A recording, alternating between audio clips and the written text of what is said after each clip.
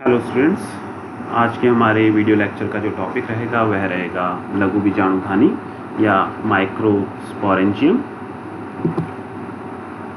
इससे पहले के लेक्चर्स में अपन बात कर चुके हैं पुष्प की संरचना के बारे में, और वहाँ अपन ने पढ़ा था कि जो स्टेमन होते हैं या पुंकेसर होते हैं यह पुष्प के नर जननांगों को रिप्रेजेंट करते हैं। जो पुंकेसर हैं इनको दो भागों में बांट सकते हैं अपन, एंथर व फिलामेंट, परागकोश तथा पुतंतु।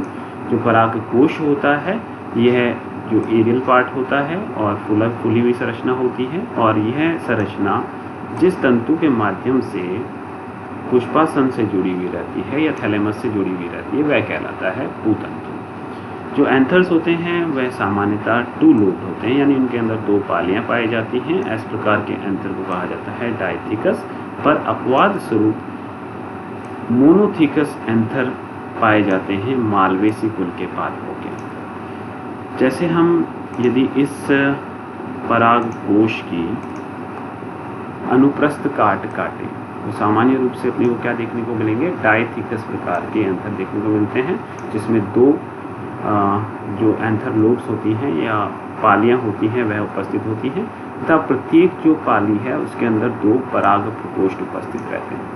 तो इस प्रकार से जो डाइथिकस एंथर होते हैं इनके अंदर चार पराग प्रकोष्ठ उपस्थित हैं, इसलिए इन्हें कहा जाता है टेट्रास्पोरेंजिएट प्रकार के एंथर। जबकि जो अपवाद स्वरूप मालवेसी कुल के देखने को मिलता है वहाँ मोनोथिकस प्रकार के एंथर होते हैं, और जो मोनोथिकस एंथर हैं देख सकते हैं अनुप्रस्थ काट में, हर एक जो प्रकोष्ठ है इसके अंदर केवल और केवल एक ही पराग प्रकोष्ठ उपस्थित रहता है। इस प्रकार के जो एंथर्स होते हैं ये बाइस्पोरेंजिएट होते हैं, क्योंकि एक सिंगल लोब ही उपस्थित है, और जो सिंगल लोब के अंदर प्रकोष्ठ में एक ही पराग प्रकोष्ठ उपस्थित है इसमें, इसलिए इन्हें कहा जाता है मोनोथिकस प्रकार के एंथर। और क्योंकि यहाँ पे केवल दो ही पराग प्रकोष्ठ उपस्थित है इसलिए कहा जाएगा इनको बाइस्पोरेंजिएट प्रकार के एंथर्स। बात करते हैं लघु बीजाणुधानी के परिवर्धन के बारे में। जो लघु बीजाणुधानी का परिवर्धन होता है वह किस प्रकार से होता है वो देख सकते हैं अपन यहाँ पे। तो जो लघु बीजाणुधानी का परिवर्धन है वह आरंभ होता है एंथर प्राइमोर्डियम से। परागकोश जो अपना है एंथर, यहाँ पे एक कोशिका है, वहाँ एक कोशिकाओं का समूह कहलाएगा एंथर प्राइमोर्डियम, जहाँ से माइक्रोस्पोरेंजियम का निर्माण आरंभ होगा। यह एक homogeneous mass of meristematic cells होता है, यानी विभज्योतकीय कोशिकाओं का एक समरूप समूह होता है जो कि एपिडर्मल कोशिकाओं या अधिचर्मी कोशिकाओं से घिरा हुआ रहता है। तो यह होमोजीनस मास ऑफ सेल है, देख सकते हैं अपन यहाँ पे मेरिस्टेमेटिक कोशिकाएं हैं, और ये कोशिकाएं चारों ओर से घिरी हुई हैं, किससे, अधिचर्म से या एपिडर्मल सेल से। तो इसे कहा जाएगा एंथर प्राइमोर्डियम। इसके बाद में जो एपिडर्मस के नीचे वाली सेल्स होती है जिन्हें कहा जाता है अधोचर्मी कोशिकाएं या हाइपोडर्मल कोशिका। अब हर एक प्रकोष्ठ के अंदर, क्योंकि जो डाइथिकस एंथर है इसके अंदर चार प्रकोष्ठ उपस्थित हैं, तो अब हर एक प्रकोष्ठ के अंदर एक जो हाइपोडर्मल या अधोचर्मी कोशिका है वह आकार में वृद्धि कर लेती है, उसका जो कोशिका द्रव्य है वह अत्यधिक सांद्रित हो जाता है, जो केंद्रक है वह भी बड़ा हो जाता है, और यह कोशिकाएं अब पेरिक्लाइनल रूप से विभाजित, यानी कि समांतर रूप से विभाजित होती है। समांतर रूप से विभाजित होकर के ये बाहर की तरफ बना लेती हैं पैराइटल कोशिका, अंदर की तरफ बना लेती हैं स्पोरोजिनस कोशिका। अब जो स्पोरोजिनस कोशिका हैं वह आगे जाकर के बनाती हैं आपके लघु बीजाणु, जबकि जो पैराइटल सेल से विभाजित होकर के जो एंथर है या परागकोश है उसकी भित्तियों का निर्माण करती हैं। हम देख सकते हैं सबसे बाहर की तरफ एपिडर्मिस, उसके अंदर एंडोथीसियम, एंडोथीसियम के अंदर मल्टीपल लेयर्स होती हैं, मिडल लेयर जिसे कहा जाता है, और मिडल लेयर के अंदर टेपिटम उपस्थित रहती है। यहाँ पे इस चित्र के माध्यम से हम देख सकते हैं विभिन्न प्रकार की जो परागकोश की भित्तियाँ होती हैं। सबसे बाहर एपिडर्मिस, फिर एंडोथीसियम, मिडल लेयर, उसके अंदर टेपिटम, और टेपिटम के अंदर स्पोरोजिनस कोशिकाओं के फर्दर विभाजन के द्वारा पॉलन टेट्राड या पॉलन ग्रेन्स का निर्माण होता है। और दो जो परागपालियाँ हैं वो आपस में जुड़ी रहती हैं, स्टेराइल ऊतक या बंध्य प्रकार के ऊतक, जिसे कनेक्टिव कहा जाता है।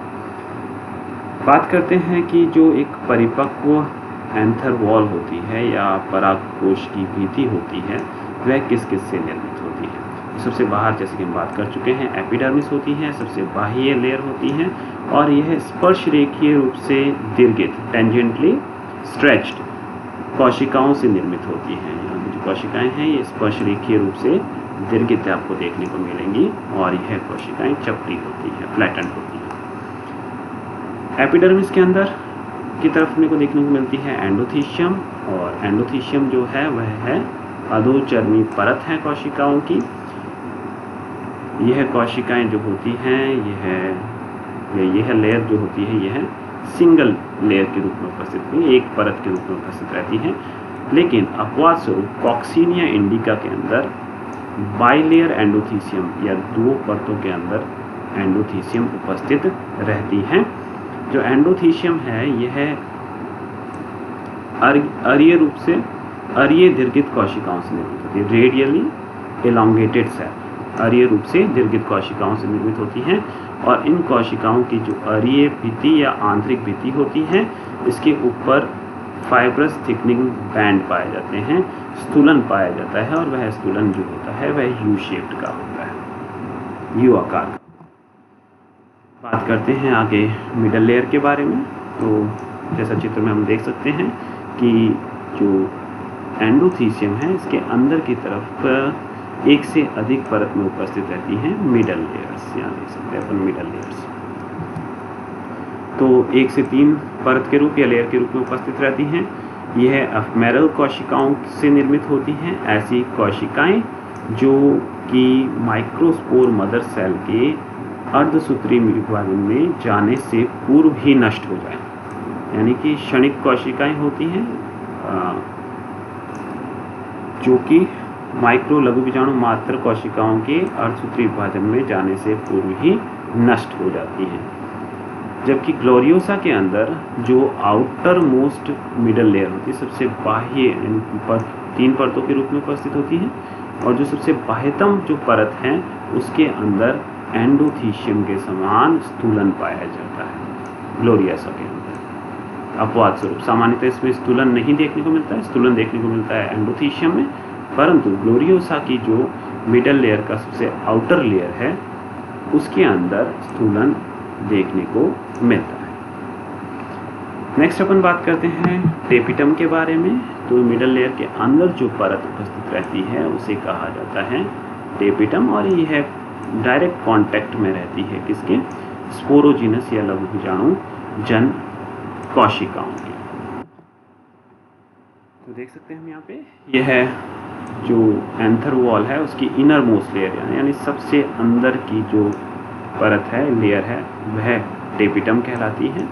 यह सामान्यतः एक सिंगल लेयर के रूप में उपस्थित होती है स्पोरोजिनस टिश्यूज के चारों तरफ। लेकिन फिर से अपवाद स्वरूप कॉक्सीनिया और निकोशियाना के अंदर एक से अधिक परतों के रूप में टेपिटम उपस्थित रहती है। जो टेपिटम की कोशिकाएं होती हैं इनका कोशिका द्रव्य अत्यधिक घनत्वशील होता है या डेंस होता है, और केंद्रक भी प्रोमिनेंट होते हैं।